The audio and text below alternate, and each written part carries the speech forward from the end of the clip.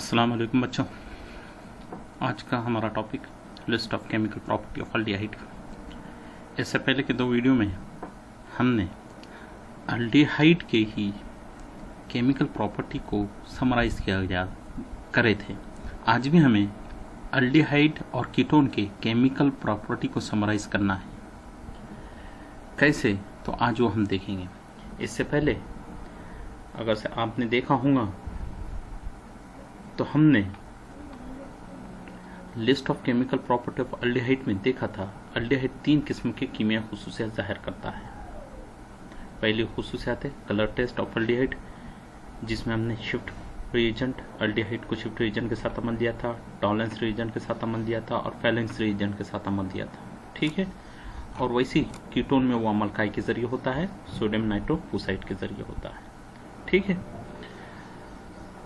उसके बाद ये होगा पहला कलर टेस्ट। अब दूसरा हमारा चल रहा है न्यूक्लियोफिलिक सब्स्टिट्यूशन रिएक्शन।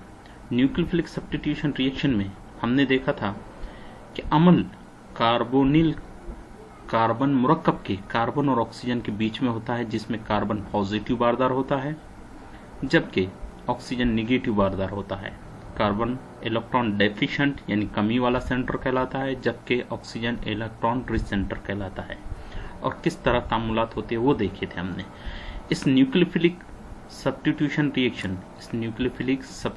रिएक्शन को ही अब आज हमें डिटेल देखना है। कैसा, तो आज शुरू कर रहा हूं मैं सब्स्टिट्यूशन रिएक्शन की डिटेल। तो सब्स्टिट्यूशन रिएक्शन में सबसे पहले हमें देखना है कि न्यूक्लियोफिलिक सब्स्टिट्यूशन रिएक्शन किस तरह से पॉसिबल होती है। तो न्यूक्लियोफिलिक सब्स्टिट्यूशन रिएक्शन में सबसे पहले action of hydrogen cyanide. Hydrogen cyanide का अल्डिहाइड या कीटोन पर अमल। अगर से अल्डिहाइड या कीटोन पर हाइड्रोजन साइनाइड, जिसके के दो हिस्से, एक हाइड्रोजन और दूसरा साइनाइड। तो हाइड्रोजन साइनाइड में हाइड्रोजन पॉजिटिव होता है जबकि साइनाइड नेगेटिव होता है। पॉजिटिव कहाँ जाएगा, यस, ऑक्सीजन के पास, जबकि साइनाइड कहाँ जाएगा, कार्बन के पास, क्योंकि हाइड्रोजन के पास इलेक्ट्रॉन की कमी होती है, साइनाइड के पास इलेक्ट्रॉन की ज्यादती होती है। इससे पहले भी मैंने आपको ये चीज बताया था। तो पहली केमिकल प्रॉपर्टी होगी एक्शन ऑफ हाइड्रोजन साइनाइड, जिसमें आपको साइनोहाइड्रिन कंपाउंड या साइनोहाइड्रिन अल्डिहाइड या साइनोहाइड्रिन कीटोन मिलेगा। इसकी भी सेपरेट रिएक्शन लूंगा, मगर आपको शॉर्ट में यहाँ बता दे रहा हूँ ताकि आगे आपको समझने में आसानी जाए। और इसके बाद जब मैं इंडिविजुअल यानी हर एक के केमिकल प्रॉपर्टी लूंगा तो आपसे पूछूंगा कि आज कौन से केमिकल प्रॉपर्टी है, तो आपको बोलते आना चाहिए। इसी वजह से लिस्ट दे रहा हूँ। ये तकरीबन 13 केमिकल प्रॉपर्टी है जो न्यूक्लियोफिलिक है। 13 केमिकल प्रॉपर्टी न्यूक्लियोफिलिक है, जबकि एक ही केमिकल प्रॉपर्टी इलेक्ट्रोफिलिक है। ये 13 न्यूक्लियोफिलिक के ऊपर कलर टेस्ट है अल्डिहाइड और कीटोन के। ये अब 13 न्यूक्लियोफिलिक सब्स्टिट्यूशन रिएक्शन है और इसके नीचे एक ही इलेक्ट्रोफिलिक सब्स्टिट्यूशन रिएक्शन है। ठीक है। तो ये पहला होगा action of hydrogen cyanide, addition of hydrogen cyanide भी बोलते हैं। दूसरा एक्शन ऑफ सोडियम बाइसल्फाइड या addition of sodium bisulphite in aldehyde and ketone भी कहा जाता है। सोडियम बाइसल्फाइड का ज़ाब्ता आपको मालूम है, NaHSO3, जिसकी वजह से आपको अल्डिहाइड या कीटोन का बाइसल्फाइड हासिल होता है। ठीक है। तीसरा है एक्शन ऑफ अल्कोहल। अल्कोहल का अमल होगा ROH, जिसमें R पॉजिटिव होगा, OH निगेटिव होगा। R पॉजिटिव निगेटिव से मिलेगा, OH निगेटिव पॉजिटिव से मिलेगा। ध्यान में रखिए तामुलात को। उसके बाद चौथी रिएक्शन है एक्शन ऑफ ग्रिग्नार्ड रिएजेंट, यानी ग्रिग्नार्ड रिएजेंट अल्डिहाइड के साथ भी अमल करता है, कीटोन के साथ भी अमल करता है। अल्डिहाइड के साथ अगर से अमल करता है तो ये करस्पॉन्डिंग कंपाउंड तैयार करता है, जिसमें आपको इमीन्स मिलता है। क्या मिलता है, इमीन्स मिलता है। ये भी रिएक्शन आपको देखनी है जो ड्राई ईथर की मौजूदगी में होती है। ग्रिग्नार्ड रिएजेंट का ज़ाब्ता आपको मालूम है RMgX। ये भी अच्छी बड़ी रिएक्शन है, जिसमें 4 से 5 किस्म के कंपाउंड आपको अमल करके बताना है। ठीक है। Number 5 action of ammonium derivatives. ये सबसे इंपॉर्टेंट रिएक्शन है, एक्शन ऑफ अमोनियम डेरिवेटिव्स। यूं समझो ये एक एप्लीकेशन प्रॉपर्टी है। एप्लीकेशन प्रॉपर्टी बोले तो कैसा, इसमें अमोनिया डेरिवेटिव्स, ये जो अमोनिया डेरिवेटिव्स है ना, अमोनिया डेरिवेटिव्स को आपको सेपरेटली लेना है और अमोनिया डेरिवेटिव्स को मुख्तलिफ किस्म के कंपाउंड से तैयार करना है और वो कंपाउंड को अल्डिहाइड या कीटोन के साथ अमल देना है। यहाँ जैसा NH2Z देवा है, तो ये जो आपको Z देवा है ये मुख्तलिफ किस्म के कंपाउंड को आपको लेना है और इस कंपाउंड को लेकर वो कंपाउंड को अल्डिहाइड या कीटोन के साथ अमल लेना है। तो इसे कहा जाता है एक्शन ऑफ अमोनिया डेरिवेटिव्स। अब मिसाल के तौर पर यहाँ पर, और इसी अमल को अगर से हम देखते हैं तो इसी अमल को एक दूसरा भी नाम है nucleophilic addition elimination reaction.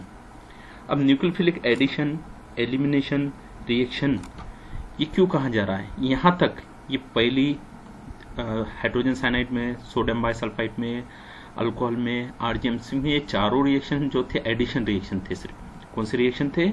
Addition reaction थे। मगर यहाँ पर अब आपको एडिशन के साथ एलिमिनेशन रिएक्शन भी शुरू हो रही है, इसीलिए इसको क्या कहा गया है?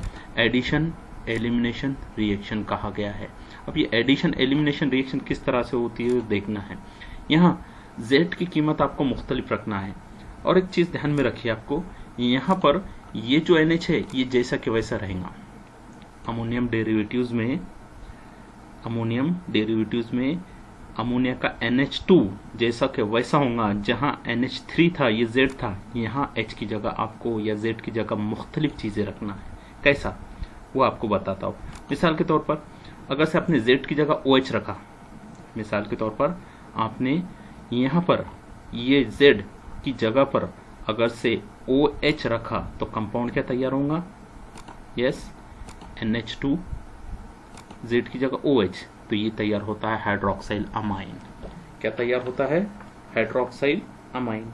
और ये हाइड्रोक्साइल अमाइन अगर से अमल करता है अल्डिहाइड या कीटोन के साथ तो आपको ऑक्सिन कंपाउंड हासिल होता है। इंपॉर्टेंट है ये पोर्शन, इंपॉर्टेंट इसी वजह से मैं आपको बता रहा हूं ताकि आपको समझ में आए। आपको अमल क्या करना है? आपको अमोनिया डेरिवेटिव्स लेना है। अमोनिया डेरिवेटिव्स क्या है? Ammonia derivative NH2-Z। यहाँ Z की कीमत आपको क्या करना है? बदलना है। Z की कीमत अगर से आप OH लेते हैं तो क्या तैयार होता है? NH2OH, जिसका नाम होता है हाइड्रोक्सिल अमाइन। इस हाइड्रोक्सिल अमाइन को अल्डिहाइड के साथ अमल देते हैं तो अल्डोक्सिन तैयार होता है, और कीटोन के साथ अमल देते हैं तो कीटोक्सिन तैयार होता है। आए समझ में? तो आपको ये अल्डिहाइड और कीटोन के साथ अमल देके अल्डोक्सिन और कीटोक्सिन तैयार करना है। ठीक है। अगर से यही Z की जगह आप Z की जगह अगर से आप कोई दूसरा कंपाउंड लेते जैसे NH2, तो क्या कंपाउंड तैयार होगा? यही जैसा कि वैसा NH2 डैश Z की जगह क्या लेना है? NH2, तो कंपाउंड क्या तैयार होगा? NH2 डैश NH2, यानी NH2 के साथ ही NH3 को लेना है। ये भी अमोनिया का डेरिवेटिव कहलाता है और इसका जो नाम है वो है हाइड्राजीन। क्या नाम है? हाइड्राजीन। अगर से NH2 के साथ OH लेते हैं, NH2 के साथ अगर से आप OH लेते हैं तो ये डेरिवेटिव्स क्या तैयार होगा? Hydroxyl amine. और NH2 के साथ अगर से NH2 लेते हैं तो ये कंपाउंड क्या तैयार होगा? हाइड्राजीन। उसी तरह अगर से हम आगे का कंपाउंड देखते हैं, NH2 हटाते हैं Z की जगह से, यहाँ Z की जगह से आप NH2 हटाते हैं और आप दूसरा कंपाउंड लेते हैं। क्या लेते हैं? NHC6H5 बेंजाइल अमाइन लेते हैं तो क्या कंपाउंड तैयार होगा? NH2 जैसा कि वैसा पहला। अब Z की जगह आपको क्या रखना है? ये कीमत रखना है Z की जगह पर। यहाँ पर ये Z की जगह NH2 की जगह NH2 के साथ कौन सी कीमत रखना है? Z की कीमत ये रखना है NHC6H5। अगर से ये कीमत रखते तो कंपाउंड क्या तैयार होगा? NHC6H5। और ये जो कंपाउंड होता है ये क्या कहलाता है? Phenyl hydrazine. और इस फिनाइल हाइड्राजीन को आपको काय के साथ अमल देना है? अल्डिहाइड के साथ अमल देना है, या काय के साथ कीमत देना है? कीटोन के साथ अमल देना है। अल्डिहाइड या कीटोन के साथ अगर से आप अमल देते हैं काय को? फिनाइल हाइड्राजीन को, तो आपको फिनाइल हाइड्राजोन कंपाउंड तैयार होता है। क्या तैयार होता है? फिनाइल हाइड्राजोन कंपाउंड तैयार होता है। यहाँ अगर से आप अमोनियम हाइड्रोक्साइड के साथ अल्डिहाइड कीटोन को अमल देते हैं तो ऑक्सिन तैयार होता है। अगर से NH2 यानी हाइड्राजीन के साथ अमल देते हैं तो हाइड्रोजोन तैयार होता है। अगर से NHC6H5 यानी फिनाइल हाइड्राजीन के साथ अमल देते हैं तो फिनाइल हाइड्राजोन कंपाउंड तैयार होता है, नाम याद रखिए। उसके बाद यहाँ से अगर से हम NH2Z में से Z की कीमत और बदलते हैं और वहाँ पर Z की कीमत हम अगर से दूसरी शक्ल में लेते हैं NH-CO NH2, यहाँ ये जो कंपाउंड है समझ में, CONH2 आपको मालूम है अमाइड कंपाउंड है ये। अगर से अमाइड कंपाउंड की शक्ल में लेते हैं NH2 की जगह पर, तो क्या NH2-Z बोले तो ये कंपाउंड अगर से वहाँ दाखिल करते हम तो नया कंपाउंड क्या तैयार होगा, yes dash NH2 dash NHCONH2, ये सेमी कार्बाइड कंपाउंड कहलाता है। और सेमी कार्बाइड कंपाउंड के साथ अमाइड अल्डिहाइड को या कीटोन को अमल देते हैं तो क्या तैयार होता है, सेमी कार्बोजॉइड तैयार होता है। जैसा इन तीनों में जोन तैयार हो रहा था, यहाँ ऑक्सिन तैयार हो रहा था, यहाँ जोन तैयार हो रहा था, यहाँ जोन तैयार हो रहा था, यहाँ कार्बोजॉइड तैयार होता है। तो ये इम्पोर्टेंट इस वजह से है क्योंकि इसमें एक शॉर्ट अमल में आपको कई रिएक्शन बता दिए गए हैं। थोड़ा सा हटा देता हूँ लिखे हुआ, आप समझ रहे हैं ना क्या, अमोनिया डेरिवेटिव्स है, अमोनिया डेरिवेटिव्स है, अमोनिया डेरिवेटिव है NH2Z। यहाँ Z की कीमत बदल रही है, Z की कीमत एक बार OH लेना है, Z की कीमत एक बार NH2 लेना है, Z की कीमत एक बार NHC6H5 लेना है, Z की कीमत एक बार NHCONH2 लेना है। और ये जो कीमत लेने के बाद इनको आपको अल्डिहाइड के साथ या कीटोन के साथ क्या करना है, अमल देना है। तो अल्डिहाइड और कीटोन के साथ अमल देते हैं तो एडिशन एलिमिनेशन अमल होता है। यहाँ पर कौन सा अमल होता है, एडिशन एलिमिनेशन अमल होता है। और एडिशन एलिमिनेशन अमल के जरिए से ये यहाँ एडिशन भी होता है, एलिमिनेशन भी होता है, जिसकी वजह से यहाँ पर ऑक्सिन तैयार होता है, यहाँ पर हाइड्रोजोन तैयार होता है, यहाँ पर फिनाइल हाइड्रोजोन तैयार होता है, यहाँ सेमी कार्बाइड्स तैयार होता है। इस तरीके से कंपाउंड होते हैं। यानी अकेले अमोनिया डेरिवेटिव्स के अगर से आप प्रॉपर्टी देखते हैं, केमिकल प्रॉपर्टी अल्डिहाइड और कीटोन के साथ, तो 4 होते हैं और एक है वैसा 5वीं इसमें, मगर एप्लीकेशन के तौर पर वो आपको सॉल्व करना है। यहाँ पर सिर्फ आपको ये 4 प्रॉपर्टी मैं आपको बताऊंगा, एक आपको हल करना है, पता भी लगाना कौन सी है, उसको सॉल्व भी करके बताना है, ठीक है। तो ये 5 केमिकल प्रॉपर्टी है, आगे और है, सिर्फ ये आपको एक एप्लीकेशन के तौर पर बताया हूँ अमोनिया डेरिवेटिव्स का। NH2 में NH2-Z यानी Z की कीमत आपको बार बार इसमें क्या करना है, बदलना है, ठीक है।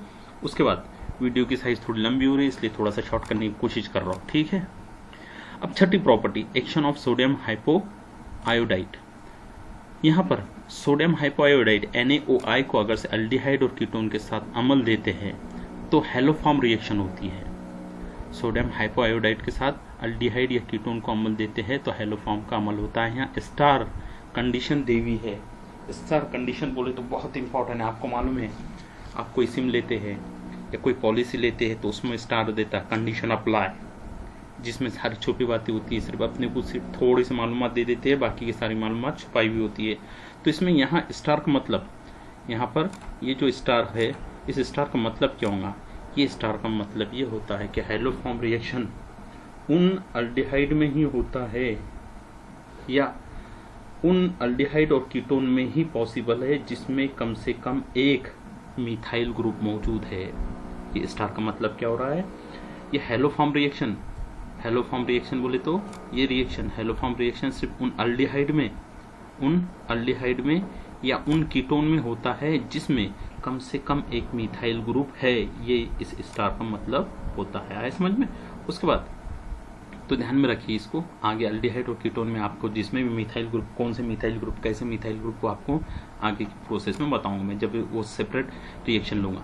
उसके बाद छठी रिएक्शन है action of aldehyde on aldehyde. इस पर भी स्टार देवा है, यहाँ से सब स्टार वाले हैं। अभी तक आपको केमिकल प्रॉपर्टी जो थी वो बहुत सादी सीधी थी, मगर यहाँ से अल्डिहाइड और कीटोन से जो केमिकल प्रॉपर्टी शुरू हो रही है वो थोड़ा सा एप्लीकेशन टाइप है। आपको अमल तो करना है, अमल के साथ में कंडीशन भी याद रखना है और कंडीशन के साथ उसका एप्लीकेशन भी सॉल्व करना है।